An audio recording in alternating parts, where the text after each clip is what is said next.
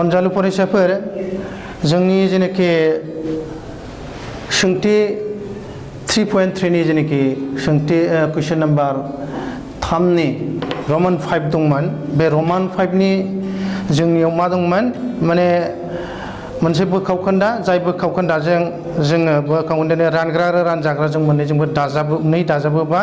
बोखावखोन्दोआ 11 बाहागोनि 9 जायो आरो मोनसे रादाय होबावदोंमोन मा मोननैबो बोखावखोन्दानि रानग्राजों रानजाग्राजों 3 दाजाबोबा बिनि माना बेसेबां जायो 6 बाहागोनि 5 जायो सानफुंनाय बेयाव जोङो से नं समान्थायखौ सानफुंनानै जोङो सिगांनि रादाय बायदियै बाथ्रा जोंना समान्थाया मा जादों 11x - 9y = -4 बे कुइसन नम्बर 1 जाबाय आरो जोङो बोखावखोन्दानि रानग्राजोंबो रानजाग्राजोंबो 3 दाजाबोब्ला बिनि माना 6 बाहागोनि 5 जायोमोन बेखौ सानफुंनानै जों समान्थायखौ मोनबाय मा 6x - 5y = -3 मोनबाय दा बेयाव जोङो जोंनि फज'स्लायनाय आदबजों जोंनि से नं समान्थायनिफ्राय जोङो y नि मानखौ 11x + 4/9 बे मोनबाय आरो बे मानखौनो जोङो y नि मान 11x + 4/9 बेखौ जोङो समान्थाय नं 2 आव अर्थात 6x - 5y = -3 बेयाव जोङो y नि मानखौ फज'बाय बेनिखायनो 6x - 5y जिहेतु 5 × 11x + 4/9 = -3 दा बे समान्थायखौ जों सानफुंबा मोनगासिनो दं मा 6x - 55 - 5 × +4 -20/9 आगदानि -3 दा जों नुबाय सानफुंनानै दस्रासेया मा जाहैबाय 9 जाहैबाय बिदिबा जों 9 × 6x 54x 9 × 9 गोजौनि आरो गाहायनि रानग्रा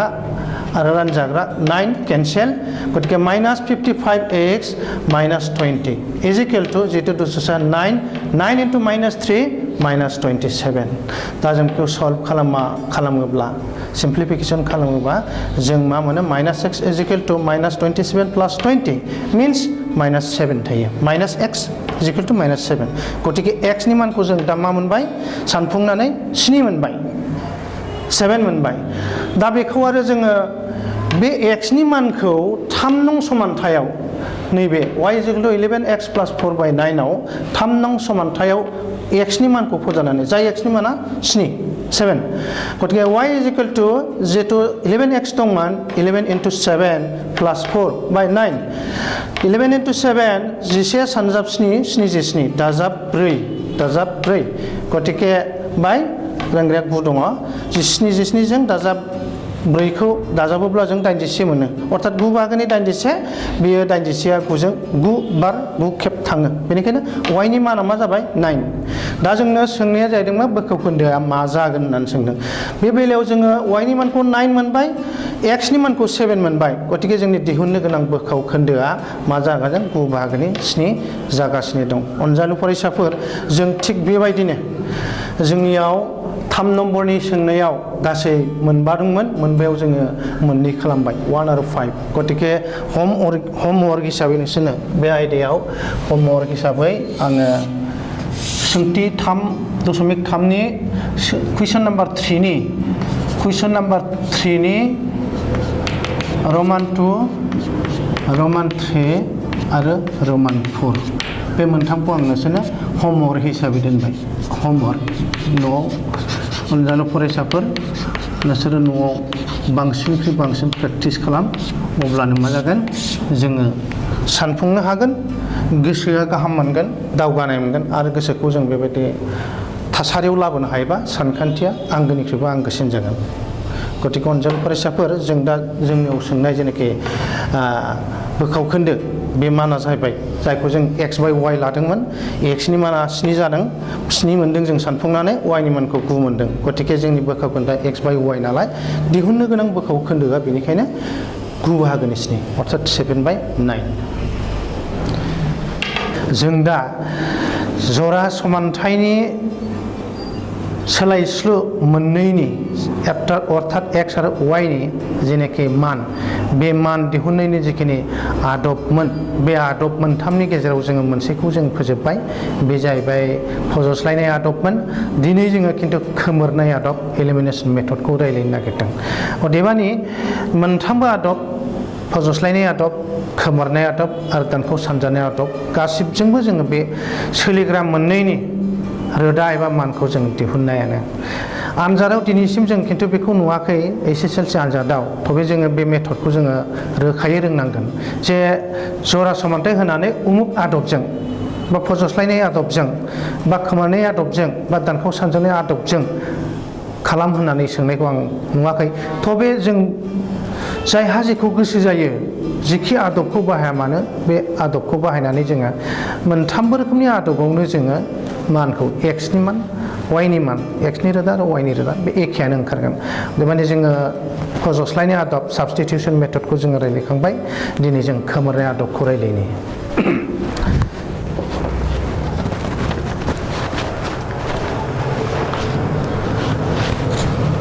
बिजाबनि पइन्टआ 342 बे जाहैबाय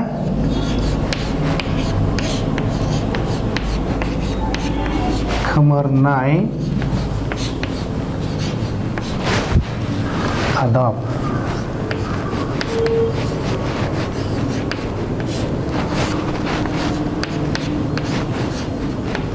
elimination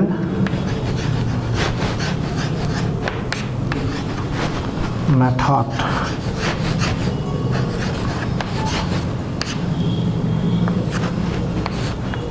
elimination method खोमोरनाय आदब जोङो खोमोरनाय आदबाव जोङो a1x plus b1y plus c1 is equal to 0 सेथि समानथाय बेनिफ्राय नैथि समानथाय a2x plus b2y plus c2 is equal to 0 बे मोननैनिफ्राय जोङो जिहेतु जोंनि सोलिग्राया x आरो y बे x आरो y नि गेजेराव बबेबा मोनसेखौ फोजोबनानै x खौ खोमोरनानै एबा बोखारनानै एलिमेन्टआ गुबै बोखारनाय दा जों बोखारनाय आरो खोमोरनाय ओंथिया एखेयानो दा जोङो x खौ खोमोरबा मा थागोन y थागोन बा y नि मानखौ मोनग्रोबाय अब्ला नेक्स्ट जों x नि मानखौ मोनगोन नङा आहा गोसो गैया आं x खौ दोनगोन मानोना y खौ जों y खौ खोमोरबा मा थागोन सिगाङाव x फैगोन x मोनगोन x खौ मोननायनि उनाव जोङो नेक्स्ट x नि मान फज'नानै y खौ मोनगोन दा बेनिखायनो बेखौ खोमोरनाय आदब होनना बुंदों एलिमिनेशन मेथड होनना बुंदों दा बेयाव जोङो x खौ खोमोरथारनांगौनि खोथा गैया बा y खौ खोमोरथारनांगौ खोथा गैया मोननैखौबो खोमोरनो हायो जों मोननैखौबो खेबसे नङा सिगांग्रो मोननैनि जायखिजाया मोनसेखौ yx खौ नङाबा y खौ yx खौ नङाबा y खौ बेबायदि दा जों माखौ खोमोरगोन जोङो थाफादेरा सोरनिया कोएफिशिएंट नाम्बारा सोलिग्राजों थाफादेर कोएफिशिएंट अफ भेरिएबल्स बिनि बबेया देरसिन एबा बबेया दुइसिन बे गेदेर आरो उन्दैखौ लानानैसो जोङो खोमोरनायखौ ला मानो होननानै बुङोबा गेदेर अनजिमा जे थायोब्ला थाफादेर अनजिमाया गेदेर जायोब्ला सानैया गेदेर जागोन जों बांसिनै बेनिखायनो खोमोरनाय आदबाव दुइसिनखौ नायो जाहाथे सानफुंनाया जोंना मा जायो उन्दै महरनि जायो गोरलै जायो बे आदब बेनिखायनो जोङो खोमोरनाय आदब एलिमिनेशन मेथड बे खोमोरनाय आदबनि थाखाय जोङो बिदिन्थि मोनसे जों लागोरनि समानथाय मोननै मोनसेया 9x minus 4y is equal to 2000 आरो मोनसेया जों 7x minus 3y is equal to बेबो 2000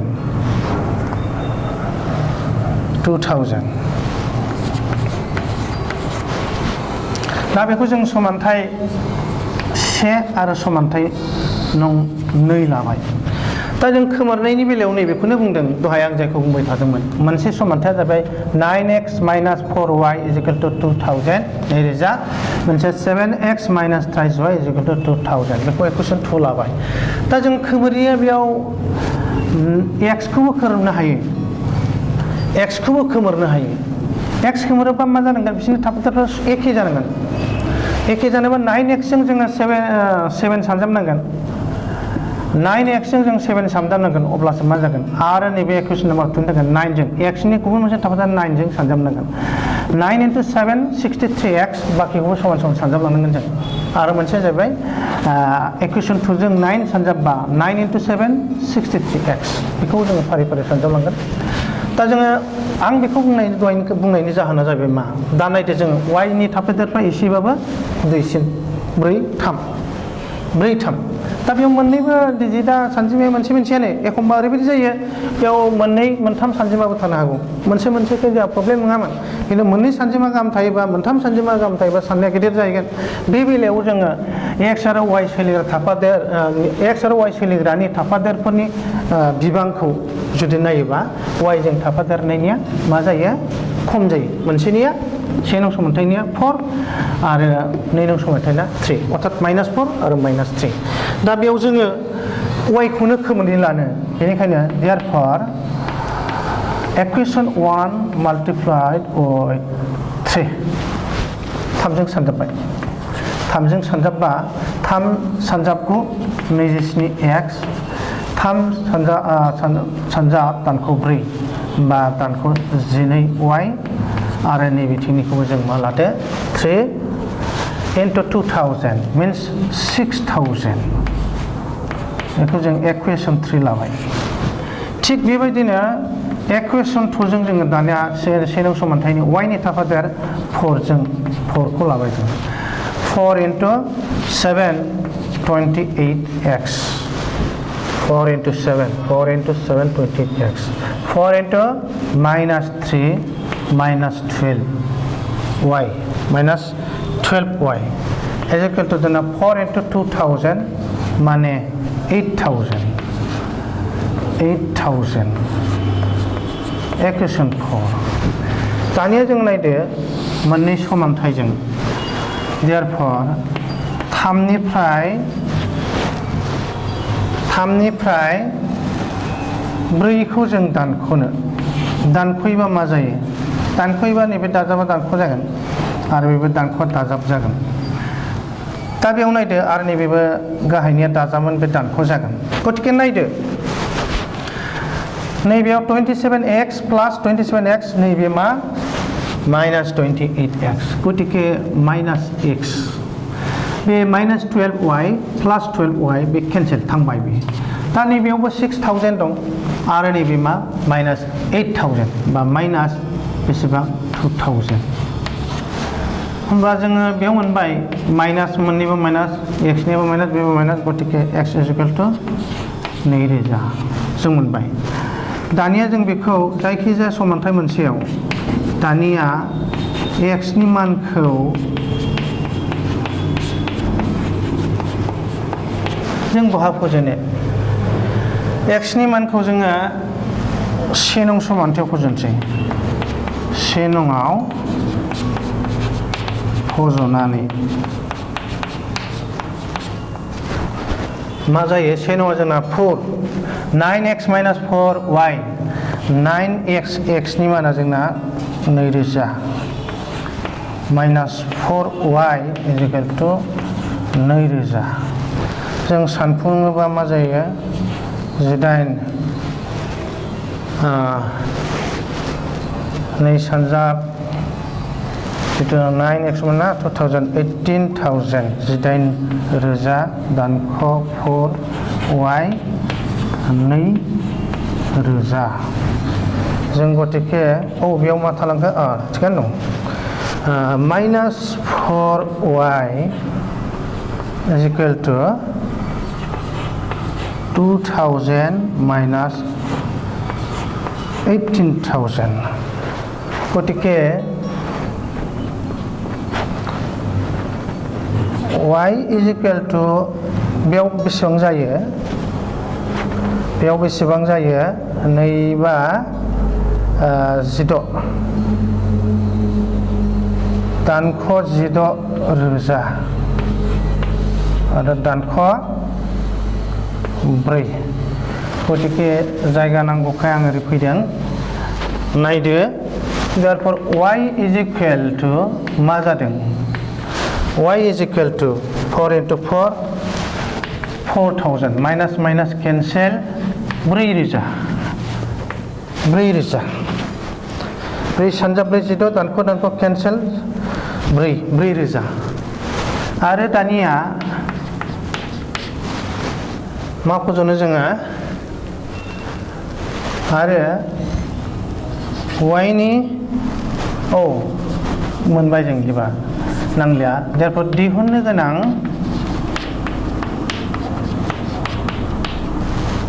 रोदा मा x नि माना 2000 आरो y नि माना बेयाव जोङो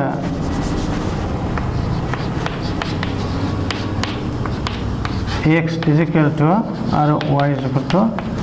4000 बे अनजालु फरायसाफोर नायदो जों दा जों मा मोनदों जोंनो होनाय जरा समानथायनि मोनसेया 9x - 4y = 2000 मोनसेया 7x - 3y = 2000 दा जोङो y खौ खोमोरनो लादों खोमोरनो लानोबा जोङो 1 नं समानथायजों y 2 नं समानथायनि थाफाथे 3 जों सानजाबनांगौ जों बेनिखायनो इक्वेशन 1 * 3 3 * 9 27x 3 * 4 -12y 3 * 2000 6000 बेखौ इक्वेशन 3 दाना जोङो 2 नं समानथायजों y नि थाफाथे 4 जों सानजाबबाय जों 4 गतिके 4 * 7 28x 4 * -12y 4 * 2000 8000 4 नं समानथाय 3 निफ्राय दिनिखायनो 3 निफ्राय 4 खौ दानख'योब्ला गाहायनिया मा जागोन दाजाबा दानख' जे दाजाबा दानख' दानख'आ दाजाब दाजाबा दानख' होमबा जों नुबाय प्लस 27x माइनस 28x बेनिखायनो minus x minus 12y plus 12y समान माननि दाजाब दानख' बे केन्सेल बेनि खोमोरनाय जों बेयाव y खौ खोमोरदों गतिके बेनिफ्राय जोङो 6000 दाजाब आरो दानख'आ 8000 गतिके दानख'आ देरसिन 2000 देरसिन x नि दानख' सिन आरो 2000 दानख' सिन केन्सेल बेनिखायनो x is equal to therefore x is equal to जोङो 2000 मोनो x नि माना 2000 दा x नि मानखौ जोङो 1 नं समानथायाव फज'नानै जों मा मोनगासिनो 1 नं समानथाया जोंना 9x - 4y = 2000 9 into x means 9 into 2000 minus 4y = 2000 होमबा जों सानसेयाव 18000 दानख' 4y = 2000 दा बेयाव जोङो -4y खौ आगसिथिंनो दोननानै जोङो आगदानि 2000 जों आगसिनिफ्राय जों 18000 खौ आगदा समानथायनि आगदा लांबाय दानख' जाबाय 18000 2000 दानख' 18000 दा जों बेनिखायनो 18000 निफ्राय दाजाब 2 थाङोबा दानख' 16000 दंबावो गतिके -4y y खौ दोना -4 जों -16000 खौ सानोबा जों माइनास केन्सेल 4 सानजा 46 मीन्स y नि माना 4000 बेनिखायनो जोंनि दिहुननो गोनां रोदाया 2000 मोनसे 4000 x नि माना 2000 y नि माना 4000 अनजालु फरायसाफोर जों बेबायदि बे आदबखौनो जों खोमोरनाय आदब होनना बुंदों बे मोनसे एग्जाम्पलमोन बिदिन्थिमोन अनजालु फरायसाफोर बेखौ आं दानि समाव खोमोरबाय जों दा सोंथि 3.4 बेनि सानफुंनाय सानखान्थि साननि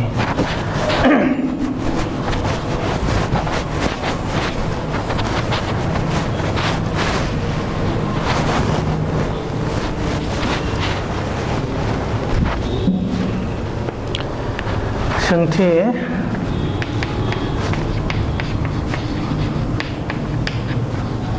3.4 बेनिनो कुइसन 1 नि 2 जोंनो समानथाय मोनसेखौ जों 3x plus 4y is equal to 10 आरो मोनसेया होदों मा जोंनो 2x minus 2y is equal to 2 दा बेयाव जोङो नैबेखौ समानथाय नंसे लाबाय बे फिननाय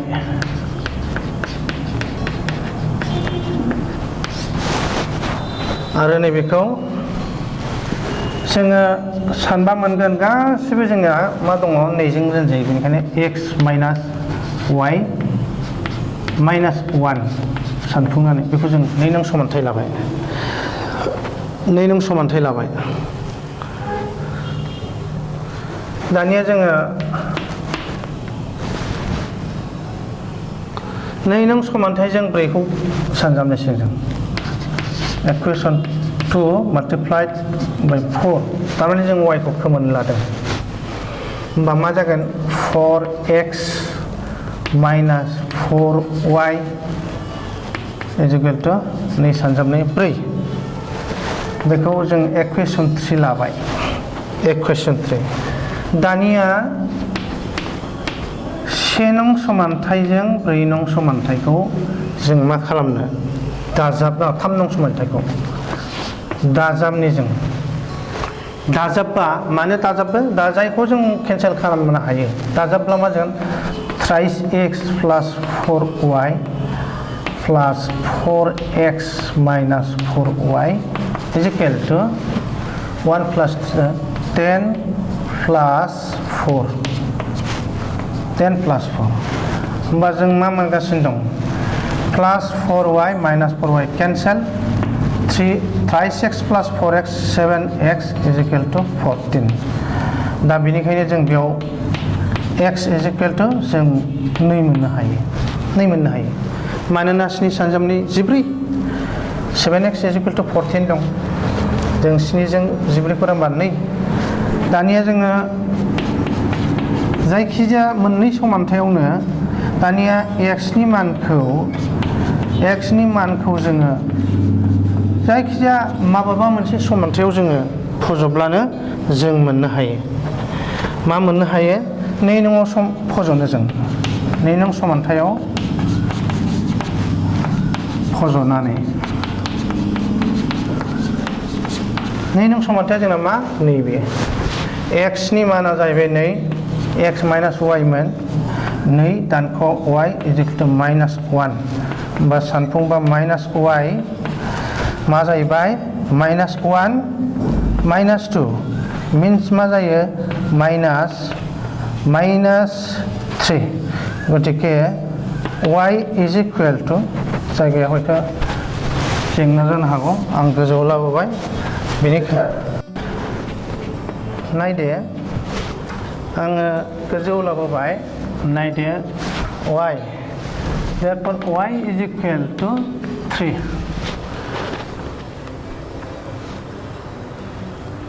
plus 1 मोन नामा बे ना minus 1 मोन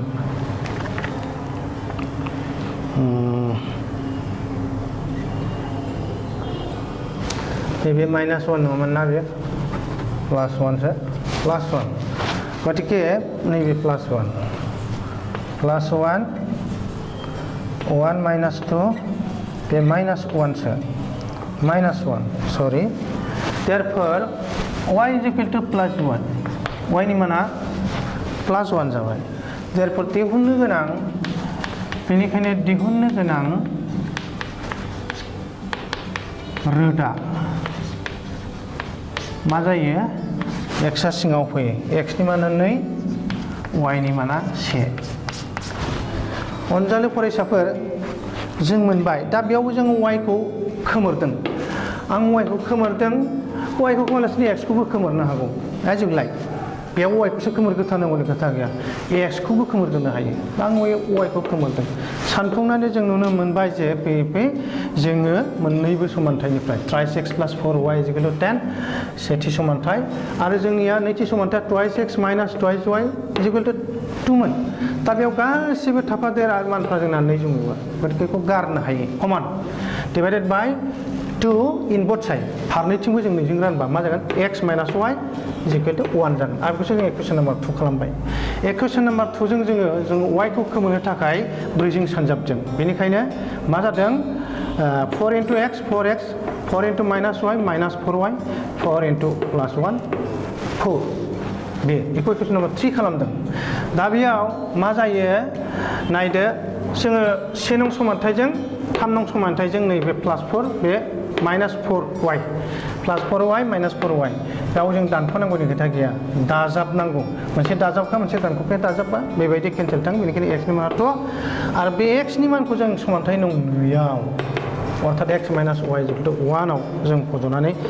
मा मोनगासिनो दं y नि मानखौ 1 मोनगासिनो दं x नि माना 2 y नि माना 1 गतिके दिहुननो गोनां रोदाया जोंना 2,1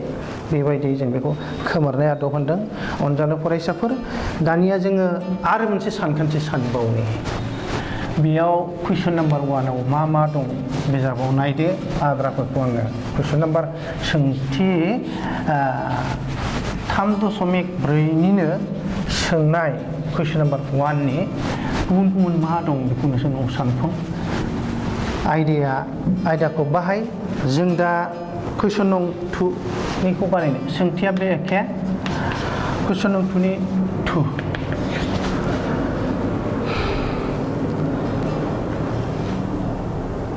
कुइसना ओरैमोन थारमाने आं बेयाव ब्लेकबोर्डआव सोंनायखौ लिरबाय थालिया जोंनि बिजाबनि खोन्दो 3 नि सोंथि 3.4 नि सोंनाय कुइसन नाम्बार 2 नि रमान 2 कुइसनखौ आं फरायना होनो नागिरदों 5 बोसोरनि सिगां नुरिया सुनुनि बैसोनि 3 फानमोन 5 बोसोरनि सिगां नुरिया मानसिनि नाम नुरि आरो सुनि हिन्जावसा सानैबो सुनिनिख्रुइ 3 फान बांसिन आरोखि नुरिनिया नाथाय 10 बोसोरनि उनाव नुरिनि बैसोआ सुनुनि बैसोनि 2 फान जाहैगोन 10 बोसोरनि उनाव किन्तु नुरिनि बैसोआ सुनुनि 2 फानल' जागोन अब्ला नुरि आरो सुनिनि बैसोखौ दिहुन दा जों बाथ्राया जे सोंनाय बे सोंनायनि समानथायखौ लाबोग्रोनांगोन बेनिखायनो बिनि फिननाया मा जागोन जों हमनानै लाग्रोनांगोन नुरि आरो सुनिनि बैसोखौ हमनानै लाग्रोनांगोन हमनानै लाबाय मा लाखो जों नुरिनि दानि बैसो नुरिनि दानि प्रेजेंट एज अफ नुरि बैसो x बोसोर लाबाय जों x बोसोर बैसोनि नुरिया दा आथिखालाव आरो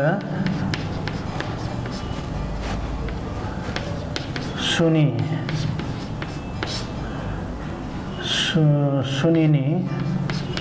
दानि बैसो बेखौ y बोसोर लाबाय जों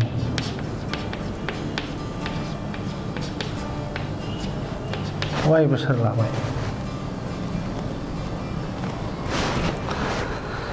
होमब्ला सोंनाय बायदियै मा जागोन according to question सोंनाय बायदिब्ला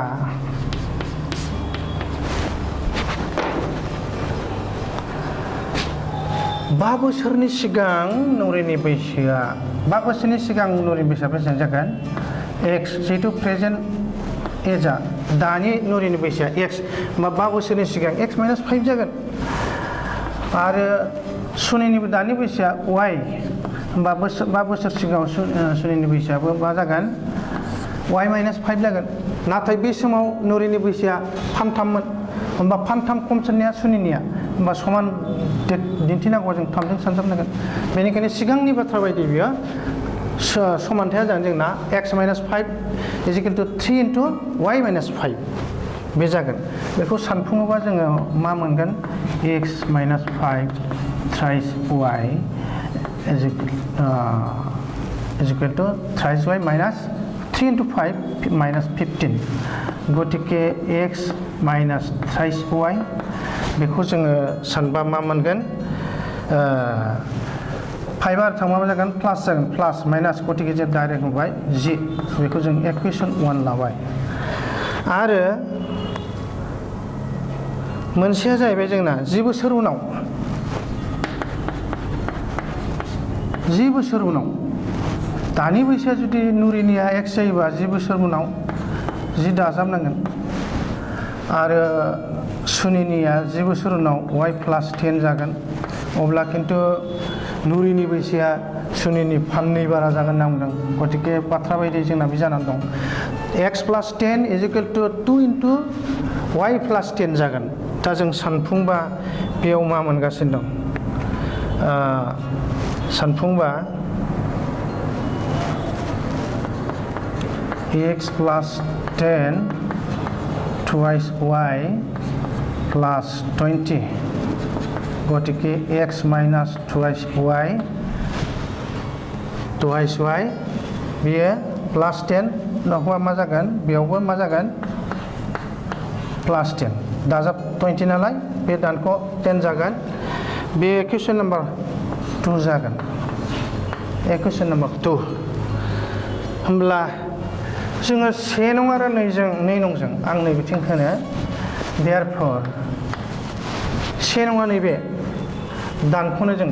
therefore से नंनिफ्राय नै नंखौ दानख' मानो होनबा जों मा नुगासिनो दं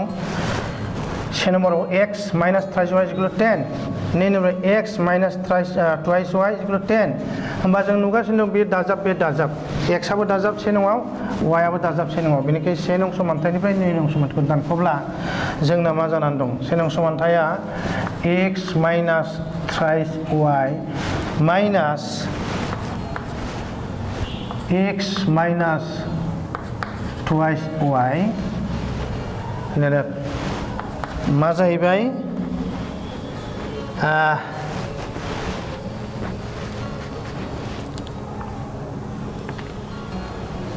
minus 20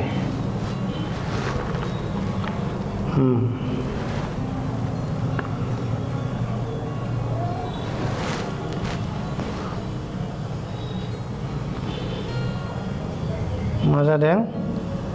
x cancel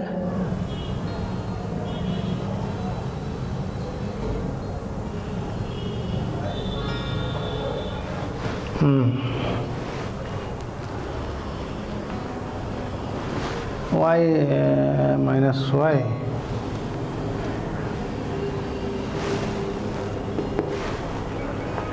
(20) 10 नायफामनि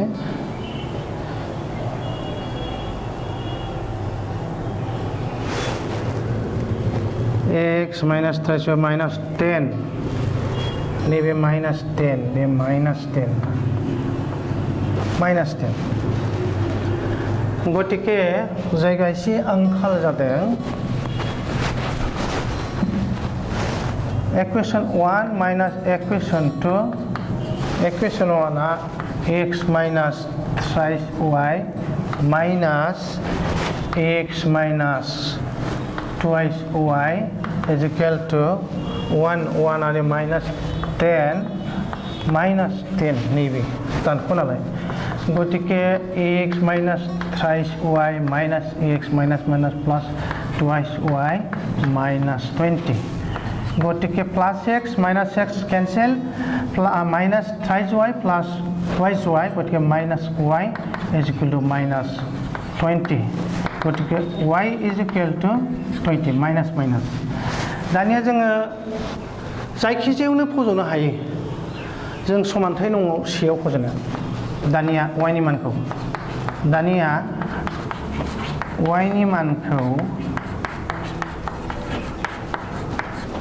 नि मानखौ से नङाव फज'नानै मोनो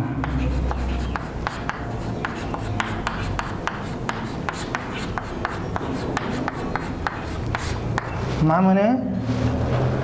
1 आ नैबे गतिके x minus 3 into 20 is equal to minus 10 होमबा सानबा x minus 60 3 into 20 minus 10 x minus 10 बे बारबा 60 प्लस गतिके x is equal to 50 बेनिखायनो जायगाया आं नैबे गोजौआव हैबाय बिदिबा दिहुननो गोनां दानि नुरिनि बैसो x जेहेतु अर्थात 50 बोसोर आरो दानि सुनिनि बैसो मा जागोन 10 बोसोर अनजालु फरायसाफोर नायदो दानि बे समाव जोंनो जितु सोंनाय बायदि सेथि बाथ्रानि समानथिया मा जायो 5 बोसोरनि सिगां बिसिम बैसोनि जुथाया नुरिया सुनिनि 3 फान देरसिन बेनिखायनो x - 5 = 3 into y - 5 y - 5 आ दानि सुनिनि बैसो गतिके सानफुंनानै जों मोनबाय इक्वेशन 1 सेथि बाथ्रा बायदियै x - 3y = -10 -15 नैबे -5 खौ आगसिन ब्रेकेट लांनायाव +5 गतिके -10 बे इक्वेशन नम्बर नैथि बाथ्रायाव दानिफ्राय 10 बोसोर उनाव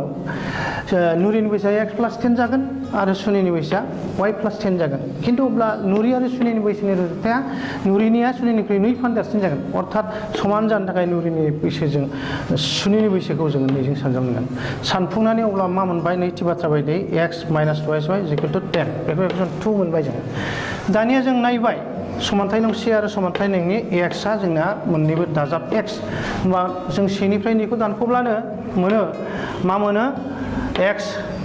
बेयाव x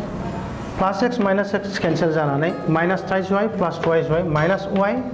बेनिफ्राय -10 minus -20 minus y is equal to -20 minus cancel y is equal to 20 y is equal to 20 y is equal to 20 होमबा जि नङा 20 सो आं बेखौ माने जि लिरखो जि नङा बे 20 सुनिनि दानि बैसोआ 20 दंखायो साननायानो दं नै बिलाय y सुनिनि बैसो 20 अनजालु फरायसाफोर गतिके जों दिनैहाय जोङो खोमोरनाय आदब एलिमिनेशन मेथड बेखौ जोङो बे एक्सारसाइजआव सानफुंबाय हमवर्क हिसाबै नोंसोरो बे सोंथि 3.4 नि जेनाखि सोंनाय से नंआव जोङो मोनसे बानायदों मोनसे मावदिन्थि खालामदों 2 नं सोंथियावबो आङो गोबां दं बेयाव आं रमान 2 खौल' खालामबाय कुइसन नम्बर 2 नि गतिके आद्रा जा दं बिसोरखौ you do the sum at your table नोंसोरो नोंसिनि सानखान्थिखौ आद्रा थानायखौ न'आव सानफुं गतिके जोङो बेबायदि खोमोरनाय आदबजों बेबायदि सानफुङो जोङो सोंथि 3.4 खौ बेयावनो फोजोबबाय आद्राखौ नोंसोरो सानफुंदो आरो जुदि माबाफोर जेंना जायोबा WhatsApp-जोंबो सोंनो हागोन गतिके दिनै आङो जोबथारनायाव दिनैनि क्लासखौ बेयावनो फोजोबबाय होननानै आङो फोसावबाय गोजोन्थों